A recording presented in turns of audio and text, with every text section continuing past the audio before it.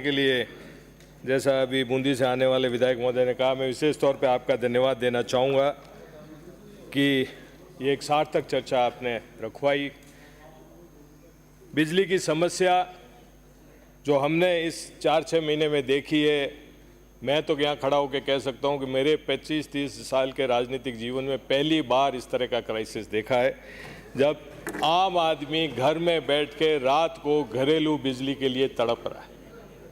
और इसका सबसे बड़ा उदाहरण तो इसी में आता है जब लोग हमें ये पूछते हैं, जब मुख्यमंत्री जी ने एप्रोप्रिएशन बिल पे जवाब दिया तब कहा, माननीय लोगों में ये संदेश गया कि एमएलए फ्लैट्स में भी रूफटॉप सोलर लगाने की जरूरत पड़ रही है। इस राज के नाक के नीचे एमएलए फ्लैट्स में भी रूफटॉप सोलर की घोषणा मुख्यमंत्री जी को इसलिए करनी पड़ी होगी शायद, जब अपन में से ही किसी लोगों ने एमएलए ने कहा होगा कि विधायक आवास में भी बिजली कट रही है। तो ये हालात हैं, इन हालातों को हमें स्वीकार करना पड़ेगा। सरकारें आएगी जाएगी, अभी बाली से आने वाले पूर्व मंत्री जी ने काफ़ी विस्तृत बातें की, मैं उन पे नहीं जाना चाहूँगा। मैं तो इतना ही कहना चाहूँगा कि आपने इतना अच्छा किया तो आप भी तो इधर आए थे 18 में, हम तो 23 में आए, आप 18 में इधर पधारे थे, अब वापस पधारे हो, तो ये तो आना जाना लगा रहेगा।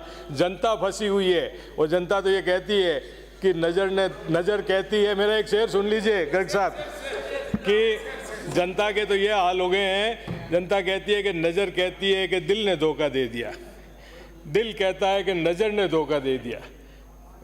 किसने क्या किया, किसके साथ है मीर, हमको तो इन दोनों ने मिलकर तबाह कर दिया।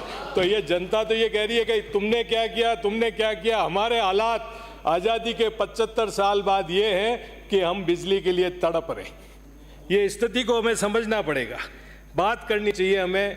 मैं सरकार का भी धन्यवाद देना चाहूँगा कि इस सेशन के दौरान डिवीज़न वाइज मंत्री जी ने मीटिंग्स की, एमएलएज ने अपनी समस्याएं रखी, और उसमें भी एक बात, चाहे आप सदन में मत बोलिए, हम बैठे थे, आप और हम सब मिलके बैठे थे और सभी ने अपने अपने क्षेत्र की समस्याएं उठाई। उससे एक बात तय थी कि समस्या तो है और इस समस्या को आपको कैसे मैनेज करना है, इसको सरकार को ध्यान देना चाहिए। वर्तमान हालात को हम किस तरह से डिमांड एंड सप्लाई को सही तरीके से चला पाते। बिजली की सप्लाई की कमी क्यों आती है? कोयले की कमी थी, और आपकी तो अब डबल इंजन की सरकार है। और मुझे तो दुख होता है, मैं जालोर सिरोही से आता हूँ, कांडला से सारा कोयला मेरे जालोर से होके जाता है और वो ट्रैक सारे दिन बंद पड़ा रहता है। तो ये कोयला इतना जा रहा है, कहाँ जा रहा है, और आपको मिल ही नहीं रहा है। आपको मैनेजमेंट होना चाहिए, सरकार को चाहिए कि जो सप्लाई में कमी है उस सप्लाई की कमी को कैसे ठीक करें। आप हमारा पड़ोस में गुजरात में, वहाँ आप सोलर पॉलिसी को लेके देखिए, हर खेत में सोलर की प्लेट्स लगी हुई हैं, हर घर के अंदर रूफ टॉप्स लगे हुए हैं। आप लोग अगर इस तरह की पॉलिसीज लाएं अगले 5 साल में, तो कहीं जाके हम इन चीज़ों को कंट्रोल कर सकेंगे। मैं आपका ज़्यादा समय नहीं लेके विशेष तौर पे अभी जो सप्लाई सिस्टम है उसकी तरफ कहना चाहूँगा कि ये लोड सेटिंग की बात आती है। हम कहते हैं कि लोड सेटिंग गड़बड़ हो रही है, एग्रीकल्चर कनेक्शन की, घर कनेक्शन की, इन सेटिंग को भी तो इंसान ही तो करेगा। आप इस तरह से सेट करिए कि शाम को गाँव में लोगों को बिजली खेती के समय, रसोई के समय मिले।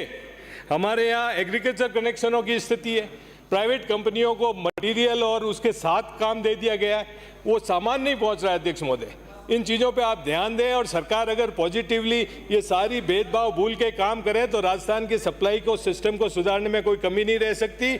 मैं उम्मीद करता हूँ कि सार्थक, अब ज़्यादा शेर अब अगली बार पढ़ लेंगे ना ज़्यादा। मैं यही कहना चाहता हूँ कि सरकार को चाहिए कि इस मैनेजमेंट को सुधारें, बजाय एक दूसरे को दोषारोपण करने के हम सिस्टम को सुधारें, तो लोगों को ये मूलभूत सुविधाएं इसे दे पाएंगे। धन्यवाद।